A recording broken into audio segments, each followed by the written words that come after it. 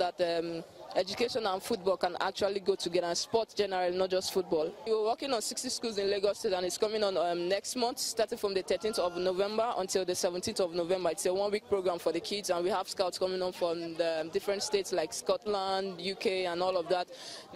Some of them are ready to pick the girls up and then give them scholarships, study with them abroad, and at the same time, if they get to, when they are ready to play professional football, and I think they just have to take it up from there.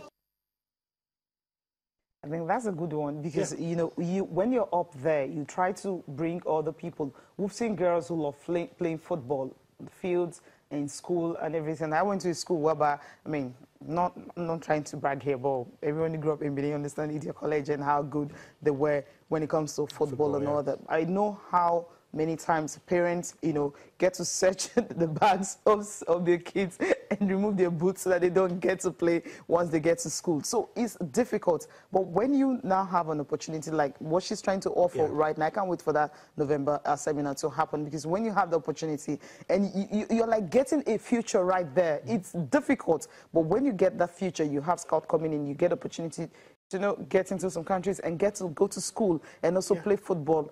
The future is secure. Just have these programs and you see how good the economy, how good it's going to reflect on the economy, because you're taking a whole lot of girls off, you know, how do I put it down, off maybe depending on the parents and all that, being also independent and also get to care for other people around them. Plus the fact that all of what she said, another thing is, I think girls, they're being discouraged.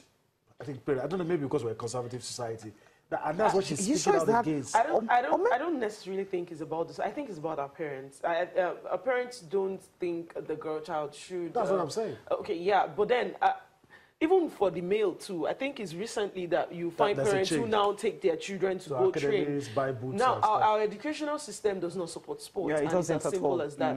Until our educational system, Ministry of Education, inculcates sports as part of its curriculum. So you don't lose one. We will not. Yes, we will not get the kind of development we want in sports, because how many kids now you see schools that go as far as till 5 students go to school at 8 a.m. and they close at 5. What are you doing in school? All books. All books, no sports. By the time you get home, you're tired, you do your assignments, and then you're off to bed. How are you going to get better at sports? So by the time we're ready to play, probably you're 16, and then you're doing what a 12-year-old in England is doing. So until we can get you know, sports into educational system, I think it will be a drag. And of course, I think the seminar should not be for the girls. The seminar should be for their parents. Yeah, parents. Tell them that it's okay. My mom, I know what she did to me, and don't worry, I forgive your mother.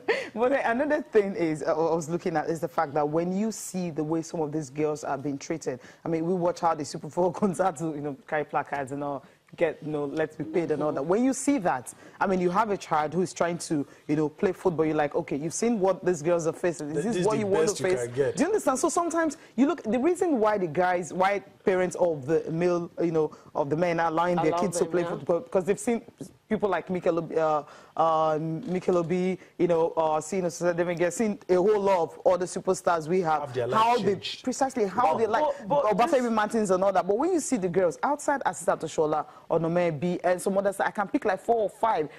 Florence Omagbe, those ones where the Americans actually gave them the platform and all. How many of them are those who really, I mean, started from here? I mean, Asisa Toshola, she's in a class of her own. Onome, she's in a class of her own.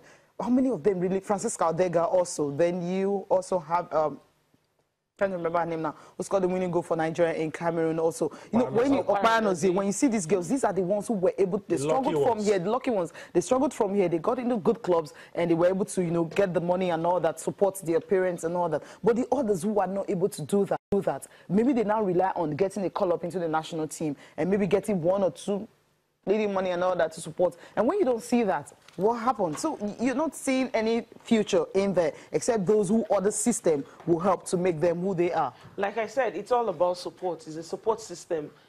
First of all, they're unlike in Europe, where there are continental leagues, there's no continental anything for women football in Africa. So it's difficult for these girls to get the kind of exposure that they deserve. Still, there are over 1 million footballers, male footballers in Nigeria, and maybe just 1% of them make it out of the continent. So it's also the same. You have to look at the level of football for that to reflect. If I were a parent, or when I have my kid, she's definitely going to play football. And hopefully she will get as lucky as the likes of Baroness. I think that's the direction the mentality of our parents should be going to. If you give them the support system, tennis and other games are not there, but you see Yulamo Kodri, her father takes her to every of her games, sometimes pays her fee himself. So if you're willing for your child to succeed, they will definitely do that. Okay, now let's go to... All right, let's travel abroad. The League Cup in England. Yeah. What's the latest name now? Carabao. Carabao Cup. Every year. Yeah. That's it. Chidebere, let's quickly scan through these results. Which of these results come to you as a surprise? Manchester City, Wolves, they needed penalties, and the forgotten man, Claudio Bravo. Yeah, he was the one that came to the rescue. I think Manchester City, when I saw the squad that he put out yesterday, I was like, okay, Pep is doing a Mourinho right here, fielding some of his best legs, Yaya Toure, Kevin De Bruyne, Aguero. They went that one, but they drew a blank in after 120 minutes and needed penalties to win that one. Also, Arsenal.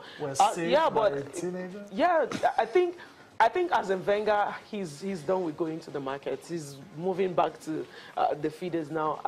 Ed Nketiah came on yesterday. First touch was a goal. Got the winner also in that one. But Norwich, they put up a very good fight. Crystal Palace, unfortunately, I don't know what's happening to them. They won Chelsea, and we thought they had turned the corner. All of a sudden, they're going back to where they were. Okay, this is the guy you just talked about. Eddie Nyetem is an English footballer, also a Ghanaian. Foot right as a striker. He's 18, height 1.75 meters. Not much is really known about him. He said he had to dig deep, go into the academy, and just brought this youngster. A lot to be heard later. I think if opportunities, considering the players as Wenger has been giving opportunities in recent times, of course, the most successful of them now being Alexi Iwobi, our own Alexi Iwobi. It's just the sky will just be the limit for some of this. All right. And let's play a thought for our own Kelechi Iheanacho as well. All right. Yeah, he did score a goal yesterday. First goal for them yesterday. Chelsea and Everton today, Tottenham and West Ham. I don't know if it's going to be the last game for Slaven Bilic, but we'll have to wait and see. 2 more games. Okay, 2 more. All right. Yeah, he has 2 games. All right. Okay. All right. Let's go on a break now. When we return, we'll take a look at the papers and some other things in the interesting world of sports. Join us again.